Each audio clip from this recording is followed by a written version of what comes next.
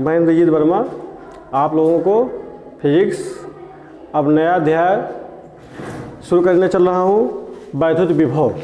क्या चीज़ है? वैद्युत विभव, ठीक, इलेक्ट्रिक पोटेंशियल। तो किसी वैद्युत आवेश के द्वारा, किसी वैद्युत आवेश द्वारा दो क्षेत्र उत्पन्न होता है। अगर कोई वैद्युत आवेश गमन कर रहा, कहीं पे चल रहा है या कहीं पे है, तो उसके कारण से दो क्षेत्र उत्पन्न होता है। पहला क्षेत्र उत्पन्न होता है वैद्युत क्षेत्र की तीव्रता, जो आपने पहले अध्याय और दूसरे अध्याय में मिला के पढ़ा। वैद्युत क्षेत्र की तीव्रता। और दूसरा क्षेत्र उत्पन्न होता है हमारा वैद्युत विभव। वैद्युत विभव जो उत्पन्न होता है, अब है क्या चीज वैद्युत विभव? बात आती है वैद्युत विभव तो उत्पन्न होता है, लेकिन वैद्युत विभव है क्या चीज? तो वैद्युत विभव है, वैद्युत विभव एक स्थान का गुणधर्म है। वैद्युत विभव जो है कि एक स्थान का क्या चीज है? गुणधर्म है। इस स्थान पर किसी आवेश को लाने पर, जिस स्थान का गुणधर्म है उस स्थान पर किसी आवेश को लाने पर वहाँ पर ऊर्जा की वृद्धि हो जाती है, यानी कि वहाँ पर ऊर्जा उत्पन्न हो जाती है, या उस आवेश को वहाँ पर लाने पर वहाँ पर ऊर्जा प्राप्त हो जाती है हमको। वैद्युत विभव क्या है? किसी स्थान का गुणधर्म है जिस पर किसी आवेश को लाने पर, किसी आवेश को लाने पर ऊर्जा प्राप्त हो जाती है। समझ में आई बात? वैद्युत विभव किसी स्थान का गुणधर्म है जिस पर किसी आवेश को लाने पर वहां पे ऊर्जा प्राप्त हो जाती है। अब जैसे परिभाषा के रूप में कह सकते हैं इसको, एकांक धन आवेश को अनंत से, एकांक धन आवेश को अनंत से। जैसे अब यहाँ पे कोई एक आवेश है, इस पे के चारों तरफ का कोई क्षेत्र है, ये बना हुआ है, तो यहाँ पे कोई बहुत दूरी पे, यहाँ पे अनंत पर कोई आवेश है, तो एकांक धन आवेश को अनंत से वैद्युत क्षेत्र में लाने के लिए, कहाँ से? अनंत से वैद्युत क्षेत्र में स्थित तक या वैद्युत क्षेत्र तक लाने में अब कुछ कार्य करना पड़ेगा। तो कार्य किसके कारण करना पड़ेगा? हमको ला तो रहे हैं यहाँ पे, लेकिन कार्य क्यों करना पड़ेगा? कार्य इसलिए करना पड़ेगा बेटा क्योंकि यहाँ पे ये आवेश है क्यों, इसके चारों तरफ ये क्षेत्र बना हुआ है। अब ये भी आवेश है क्यों, या इसको क्यू नॉट का लो, धन परीक्षण आवेश ये भी है, या आवेश ये भी है। इसको जब यहाँ से यहाँ तक ला रहे हैं तो जो दोनों धनात्मक हैं, तो दोनों के बीच यहाँ तक लाए, दोनों के बीच प्रतिकर्षण बल लगेगा, प्रतिकर्षण बल लगेगा। जब दोनों के बीच प्रतिकर्षण बल लगेगा तो अब ये इसको यहाँ से दूर भगाएगा, लेकिन हम इसको ला रहे हैं इसमें, इसके वैद्युत क्षेत्र में। जब वैद्युत क्षेत्र में ला रहे हैं इसको, तो लेकिन ये दूर भगा रहा है, लेकिन इस पे बल लग रहा है ना। कौन सा बल लग रहा है? प्रतिकर्षण का बल। और इस पे हम जब ला रहे हैं, जबरदस्ती ला रहे हैं इसको, जबरदस्ती कहने का मतलब, जबरदस्ती जब इसमें ला रहे हैं, तो इसको हम जब जबरदस्ती लाएंगे तो हम किसी चीज को धक्का देंगे, तो धक्का देंगे तो कहा बल के विरुद्ध कार्य हो रहा है, यफ लग रहा है, यफ के विरुद्ध हमको इसको ला रहे हैं, जबरदस्ती हम जब ला रहे हैं, और यहाँ से बल ये धक्का दे रहा है, हम धक्के लें उसको, और वो दूसरा कोई ला रहा है। तो जब ला रहा है वो, तो वो हम पे क्या करेगा? कार्य करेगा। किसके कारण कार्य करेगा? किसके विरुद्ध कार्य करेगा? उस बल यफ के विरुद्ध कार्य करेगा, जो ये प्रतिकर्षण बल लग रहा है इसके विरुद्ध कार्य करेगा वो। बात समझ में आई? किसी परीक्षण आवेश को अनंत से किसी वैद्युत क्षेत्र में लाने के लिए उस पर लगने वाले बल के विरुद्ध कार्य करना पड़ता है, और जो कार्य होता है, और उस कार्य और जो धन परीक्षण आवेश जिसको ला रहे हैं, उसके दोनों के मान की निष्पत्ति को, दोनों के मान के निष्पत्ति को क्या कहते हैं? वैद्युत विभव कहा जाता है। क्या कहते हैं? वैद्युत विभव कहते हैं। ठीक, तो यहाँ परिभाषा के रूप में लिख सकते हैं आप, धन परीक्षण आवेश को, धन परीक्षण आवेश को अनंत से वैद्युत क्षेत्र में स्थित किसी बिंदु तक वैद्युत क्षेत्र के विरुद्ध, वैद्युत क्षेत्र के विरुद्ध या कहा है वैद्युत बल के विरुद्ध लाने में किया गया कार्य, लाने में किया गया कार्य तथा धन परीक्षण आवेश के मान की निष्पत्ति को, तथा धन परीक्षण आवेश के मान की निष्पत्ति को वैद्युत विभव, उस स्थान का वैद्युत विभव कहते हैं, उस स्थान का वैद्युत विभव कहते हैं। इसे V से प्रदर्शित करते हैं। इसे किससे प्रदर्शित करते हैं? V से प्रदर्शित करते हैं, V से।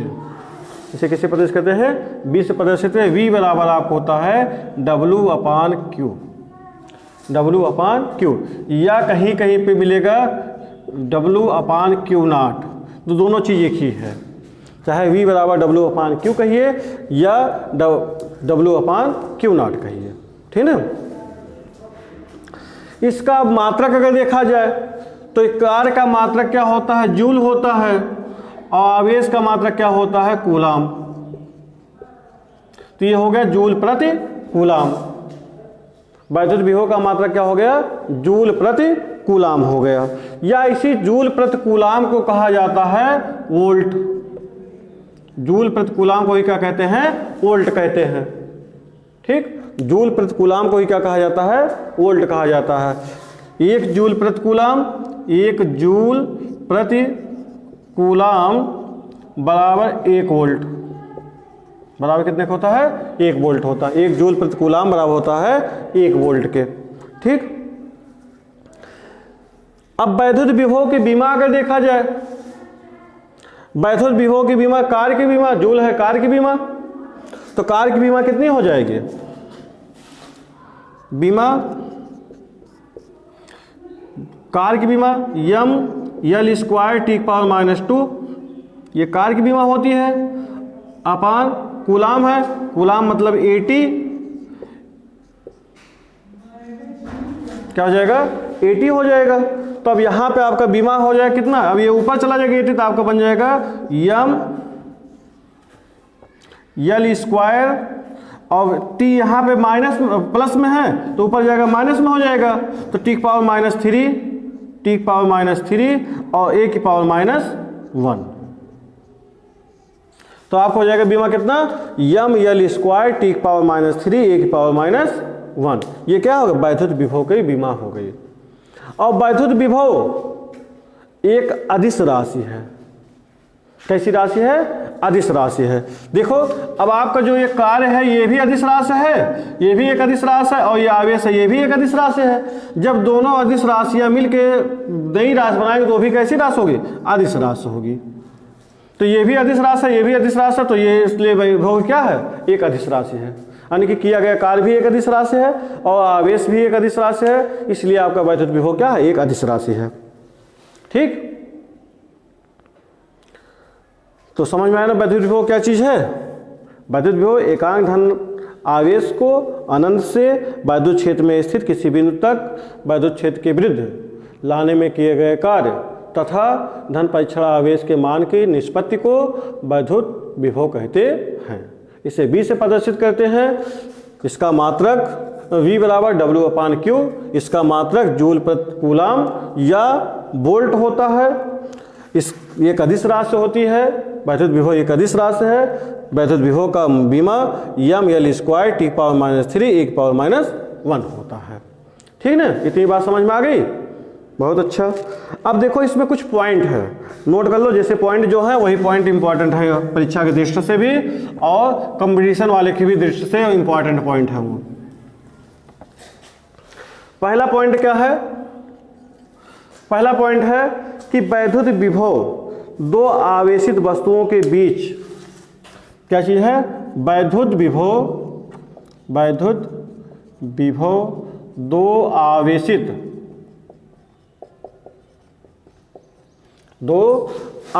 वस्तुओं के बीच,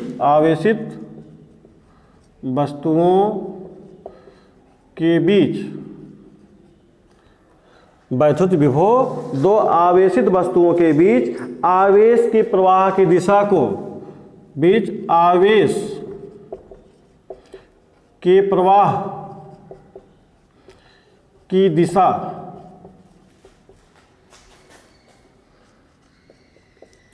आवेश के प्रवाह की दिशा को निर्धारित करता है।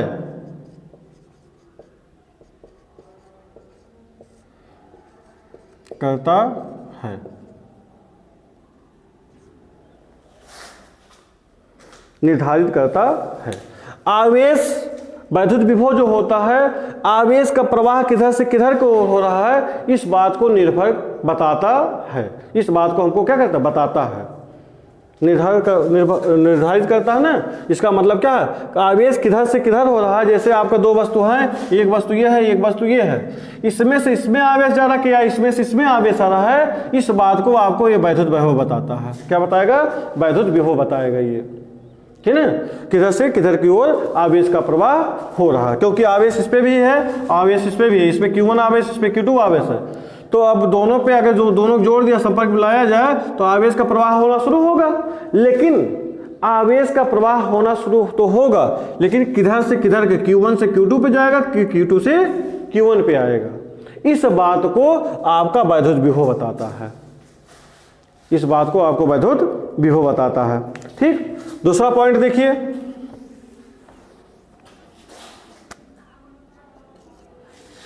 दूसरा पॉइंट है आपका, यदि दो वस्तुओं के बीच वैद्युत विभव समान है, यदि दो वस्तुओं के बीच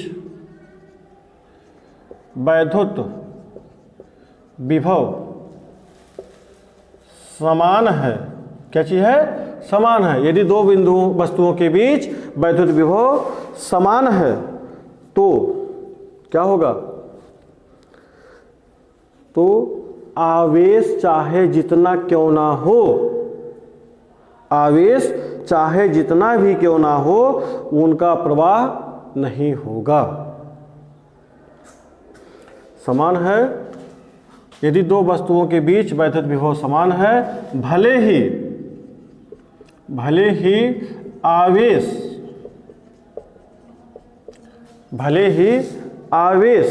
उन पर, आवेश की मात्रा करो, आवेश की मात्रा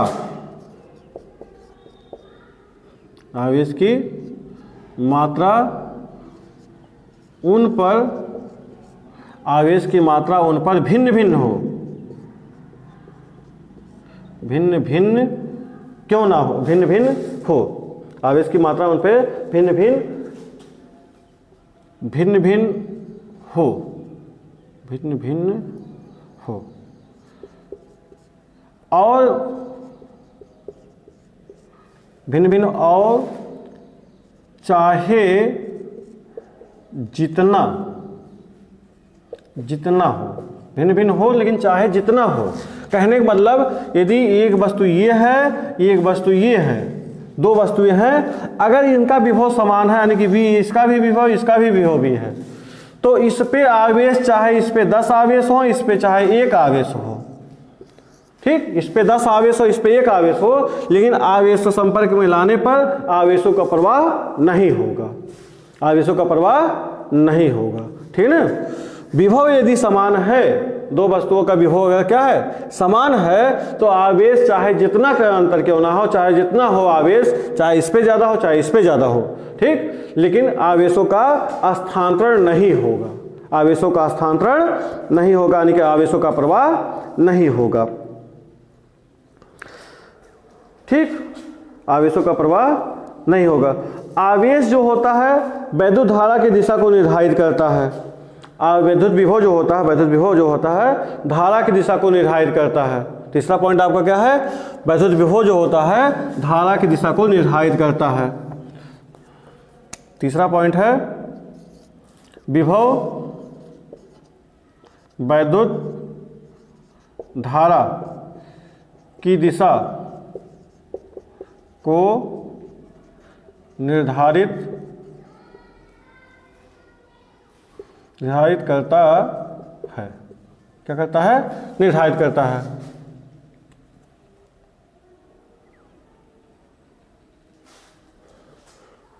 वैद्युत विभव के द्वित्व को निर्धारित करता है, ठीक ना। जब ये निर्धारित कर रहा है, लेकिन उसमें निर्धारित तो करता है, लेकिन उसमें वैद्युत जो निर्धारित कर रहा है, तो वैद्युत धारा सदैव कहा, अब वैद्युत धारा किधर से किधर बहेगी, तो वैद्युत धारा निर्धारित करता, वैद्युत धारा या धारा केवल का धारा सदैव, ये पॉइंट इंपॉर्टेंट है, वैद्युत धारा सदैव उच्च विभव से निम्न विभव की ओर होता है। वैद्युत धारा जो सदैव होता है, प्रवाहित होता है या निम्न विभव की ओर, उच्च विभव से निम्न विभव की ओर सदैव और प्रवाहित होता है। इसमें कहने का मतलब है कि वैद्युत विभव धारा की दिशा को निर्धारित कर रहा है, वैद्युत विभव जो हो रहा है वो धारा की दिशा को निर्धारित कर रहा है। तो धारा लेकिन किधर से किधर बहेगी, धारा सदैव उच्च विभव से निम्न विभव की ओर का प्रवाहित होता है। धारा सदैव किधर से किधर प्रवाहित होगी, उच्च विभव से निम्न विभव की ओर प्रवाहित होगी, ठीक है ना। धारा का मान सदैव हमेशा जानिए आप कहाँ से है, उच्च विभव से निम्न विभव की ओर है, ठीक है ना। तो ये 3-4 पॉइंट आपको याद रखने योग्य हैं। इसके याद रखने पे आपको हर सवाल में मदद मिलेगा, डेरिवेशन में मदद मिलेगा, या कंपटीशन अगर कहीं भी करेंगे सवाल वहाँ पे आएगा तो वहाँ पे भी आपको सवाल का ऑब्जेक्टिव क्वेश्चन के लिए और अदर भी क्वेश्चन के लिए ये मदद करेगा, ठीक है ना। तो इसलिए इन पॉइंटों को याद रखना आवश्यक है। अब देखिए अगली हेडिंग है आपका है विभवांतर। क्या चीज है, विभवांतर। इसी वैद्युत विभव में ही है। अगली हेडिंग क्या है, विभवांतर।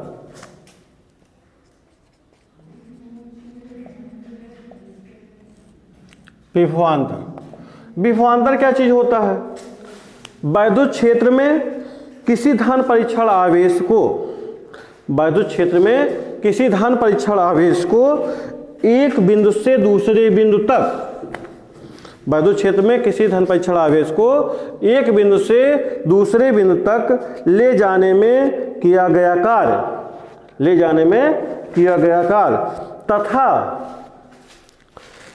धन परीक्षण आवेश के मान की निष्पत्ति को उन बिंदुओं के बीच का विभवांतर कहते हैं, उन बिंदुओं के बीच का विभवांतर कहते हैं। सुन लो परिभाषा फिर से एक बार। वैद्युत क्षेत्र में किसी बिंदु,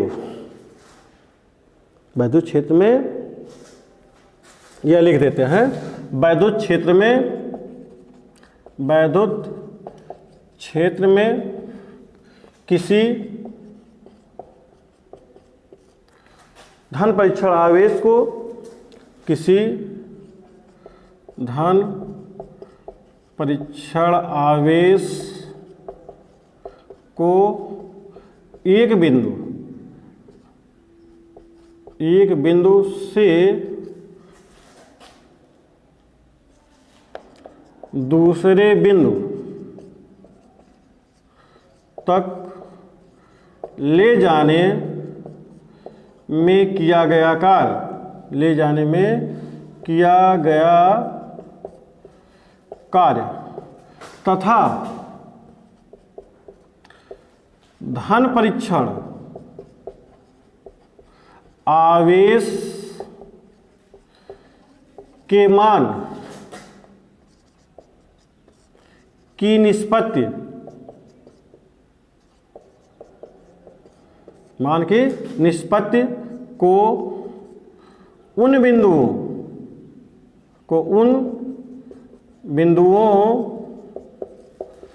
के बीच का विभवांतर कहते हैं, उन बिंदुओं के बीच का विभवांतर कहते हैं। ठीक, समझ में आया परिभाषा। वैद्युत क्षेत्र में किसी धन परीक्षण आवेश को एक बिंदु से दूसरे बिंदु तक ले जाने में किया गया कार्य तथा धन परीक्षण आवेश के मान की निष्पत्ति को उन बिंदुओं के बीच का विभवांतर कहते हैं। उन बिंदुओं के बीच का विभवांतर कहते हैं। जैसे देखो, अब यहाँ पे अगर है एक आपका ये आवेश रख दिया गया Q, यहाँ पे एक बिंदु A है, यहाँ पे एक बिंदु क्या है B है। इस बिंदु P पे धन परीक्षण आवेश Q0 रखा गया है। इस बिंदु P पे धन परीक्षण आवेश Q0 रखा गया। इस पे आपका इस आवेश के कारण इस पे बल लग रहा है F।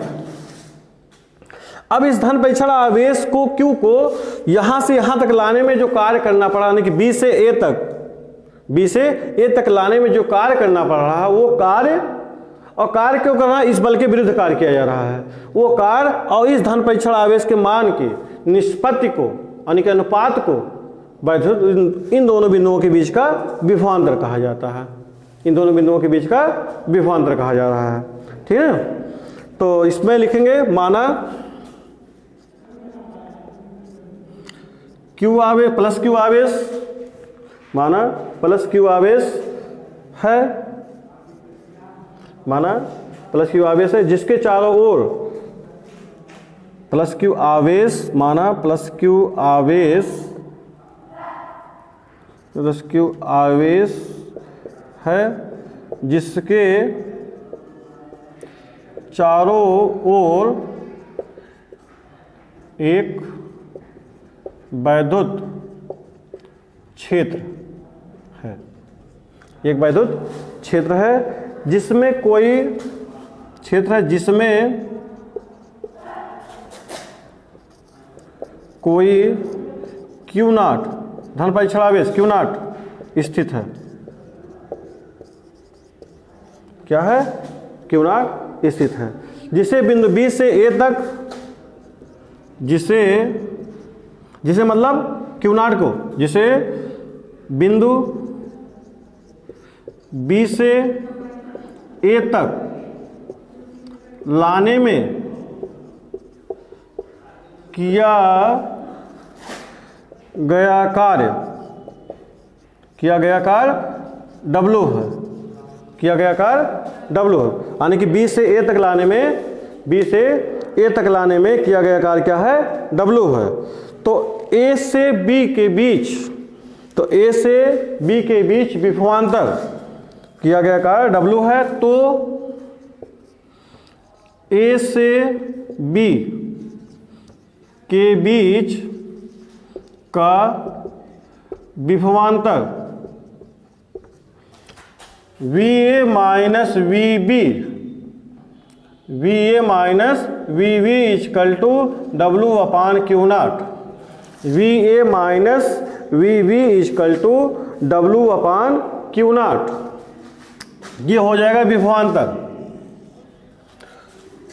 अब यहाँ पे जब ये विभवांतर लिखेंगे तो इस दौरान आपका जो ये B होगा ये उच्च विभव पे होगा और ये क्या होगा, निम्न विभव पे हो जाएगा। ठीक है, तो आपको बताएगा कि आवेश कहाँ से किधर से किधर की ओर चल रहा है, उच्च विभव से सदैव निम्न विभव की ओर चलता है। ठीक है, उच्च विभव से निम्न विभव की ओर, यानी कि उच्च से निम्न की ओर। इधर से आपका ये उच्च हो जाएगा, ये क्या हो जाएगा, निम्न हो जाएगा। यहाँ पे आवेश जो चल रहा है ये चलिए अभी बताते हैं आगे और मिलेगा। तो VA minus VB equal W upon Q0 हो जाएगा। ये आपका विभवांतर हो। इसका मात्रक क्या हो जाएगा, इसका मात्रक भी क्या हो जाएगा, वोल्ट हो जाएगा। इसका मात्रक भी क्या हो जाएगा, वोल्ट हो जाएगा। ठीक है, अब यदि यहाँ पे देखा जाए कि ये जो धन आवेश है इसके बजाय हम ऋण आवेश अगर रखते हैं तो कहाँ पे, यहाँ पे धन के बजाय क्या हो जाए, ऋण हो जाए। तो देखो प्रक्रिया क्या होगी। अब जब धन आवेश रखा गया है तो ये आपका उच्च विभव है, ये क्या है, उच्च विभव है, और ये क्या है, निम्न विभव है। आवेश का प्रवाह इधर से इधर की ओर हो रहा है, आवेश इधर से इधर की ओर हो रहा है, बल इधर लग रहा है, और इसको हम इधर से इधर ला रहे हैं, इसलिए आपको यहाँ पे क्या बल लगाना, इसके विरुद्ध कार्य करना पड़ रहा है। अगर यहीं पे हमने ये माइनस कर दिया, यहीं पे माइनस कर दिया तो ये आवेश तो इधर से इधर आ रहा है, लेकिन ये विभव तुरंत बदल जाएगा। अब ये विभव हो जाएगा आपका, ये निम्न विभव हो जाएगा,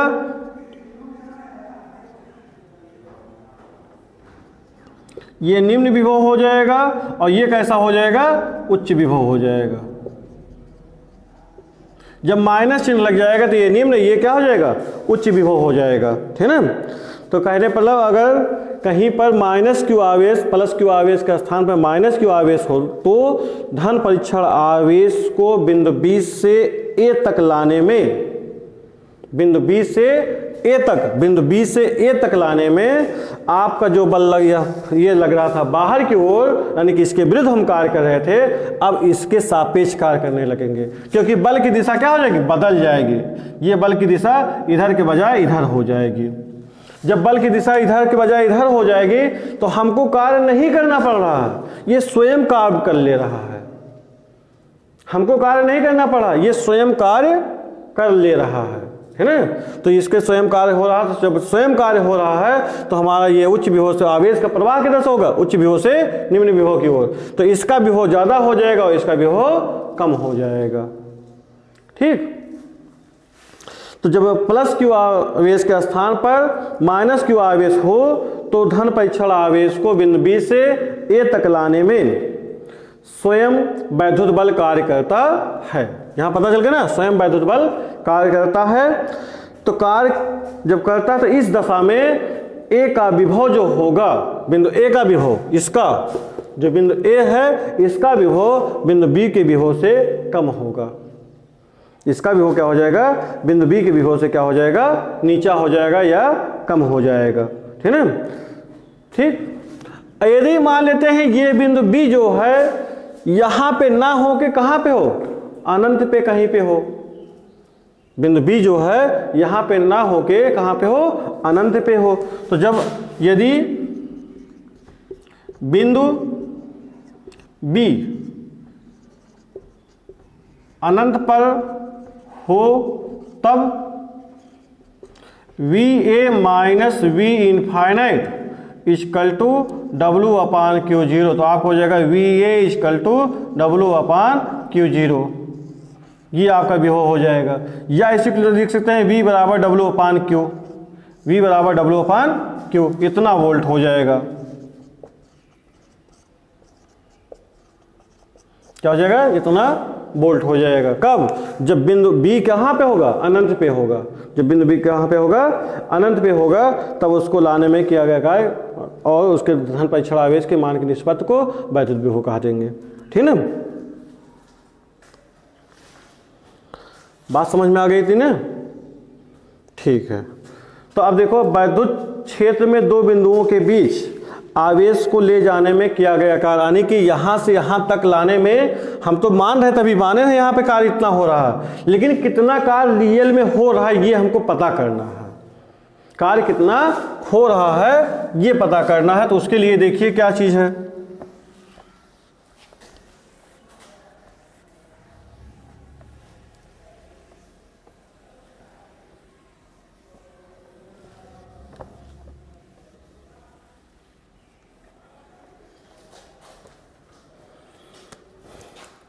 ये है धन परीक्षण आवेश। यहाँ पे था क्यों, ये था, यहाँ पे बिंदु ए था, यहाँ पे बिंदु बी था, इस पर इधर बल लग रहा था एफ, इस पे धन परीक्षण आवेश।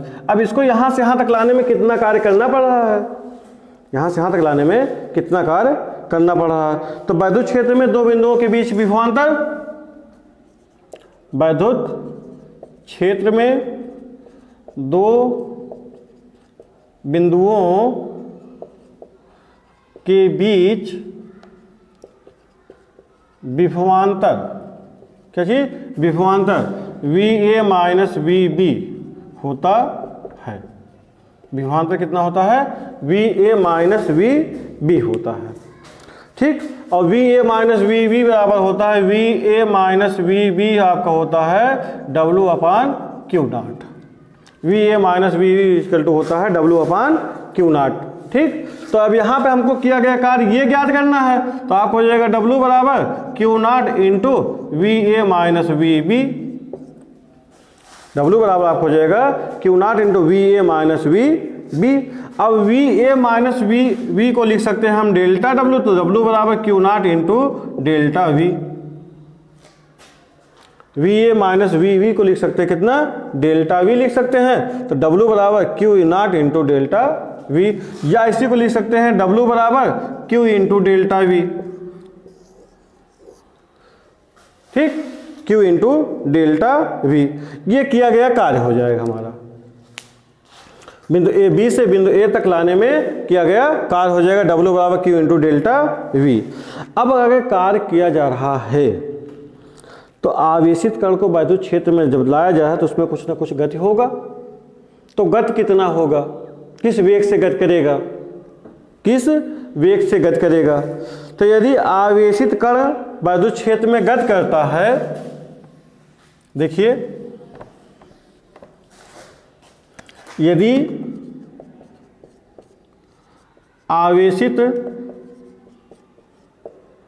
कण वैद्युत क्षेत्र में गति करता है, वैद्युत क्षेत्र में गति करता है,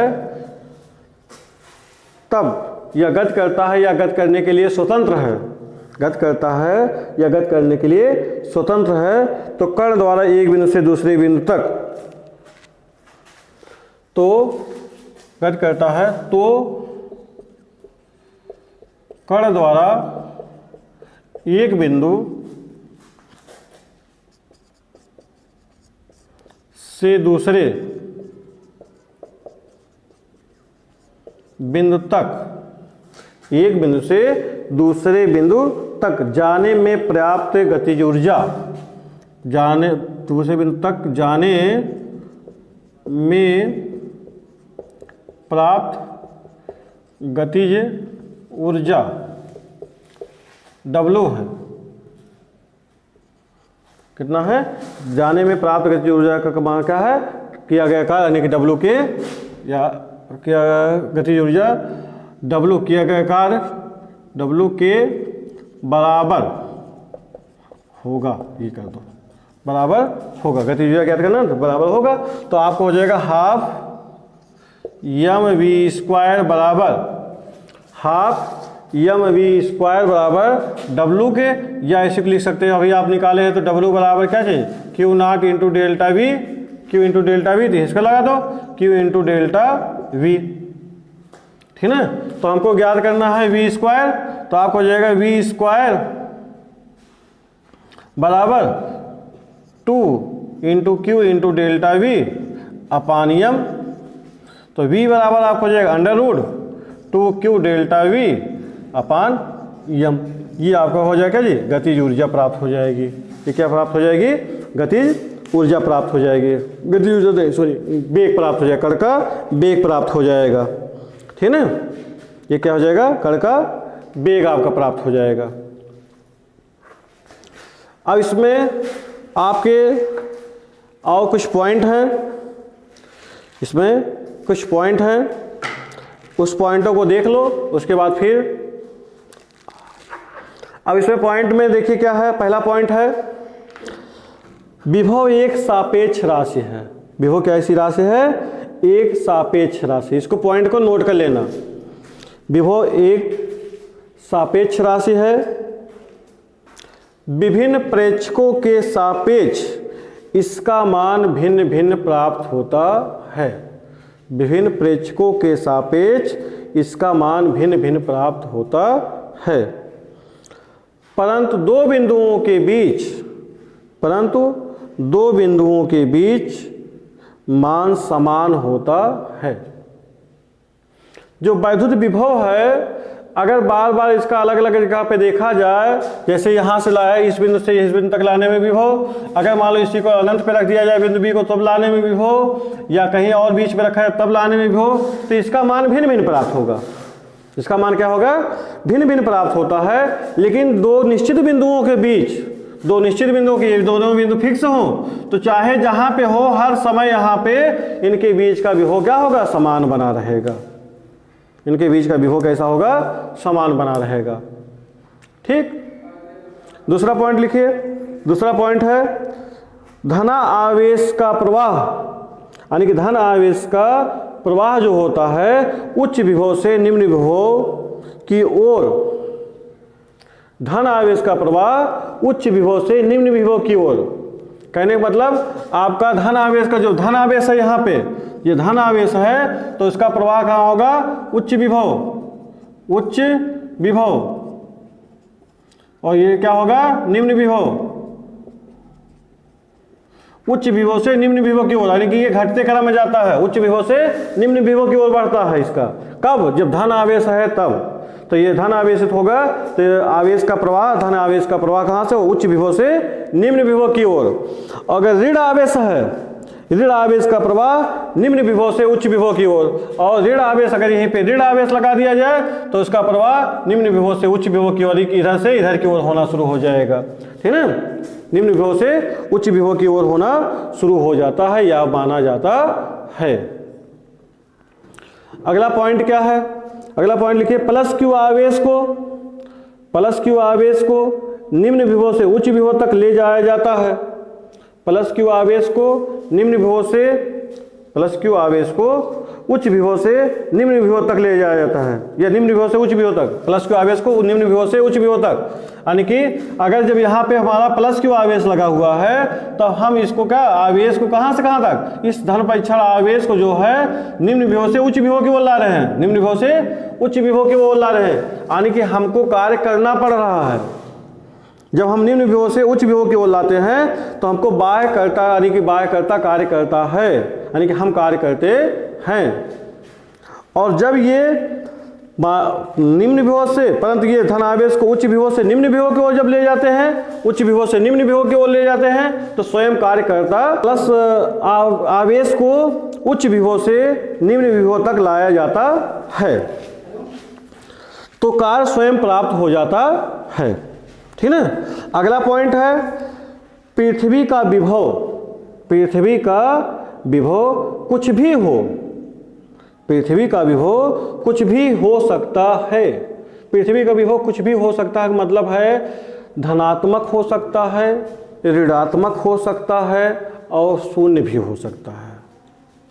पृथ्वी का विभव कुछ भी हो सकते हैं मतलब है धनात्मक हो सकता है, ऋणात्मक हो सकता है और शून्य हो सकता है। ठीक है ना। परंतु पृथ्वी की धारण क्षमता अत्यधिक होने के कारण, पृथ्वी की धारण क्षमता अत्यधिक होने के कारण इसका विभव शून्य माना जाता है। इसका विभव क्या है, इसकी क्षमता जो है, धारण क्षमता है आवेश की बहुत अधिक है, अत्यधिक होने के कारण से इसका विभव क्या माना जाता है, शून्य माना जाता है। ठीक। अगला पॉइंट है, किसी चालक को पृथ्वी से संबंधित करने पर, किसी चालक को पृथ्वी से संबंधित करने पर उसका विभव शून्य हो जाता है। किसी चालक को पृथ्वी से संबंधित करने पर उसका विभव शून्य हो जाता है। ठीक। तो इतने पॉइंट को आप याद रखिएगा, यहाँ तक पढ़िएगा। ठीक है। आगे अगले लेक्चर में आपको शुरू किया जाएगा वैद्युत क्षेत्र के रेखीय समाकलन के रूप में वैद्युत विभव, वैद्युत क्षेत्र के रेखीय समाकलन के रूप में वैद्युत विभव, तथा बताया जाएगा बिंदु आवेश के कारण किसी बिंदु पर वैद्युत विभव। ठीक है। इसको आगे पढ़िएगा, फिर पढ़ाया जाएगा अगले लेक्चर में। तब तक के लिए धन्यवाद, थैंक यू।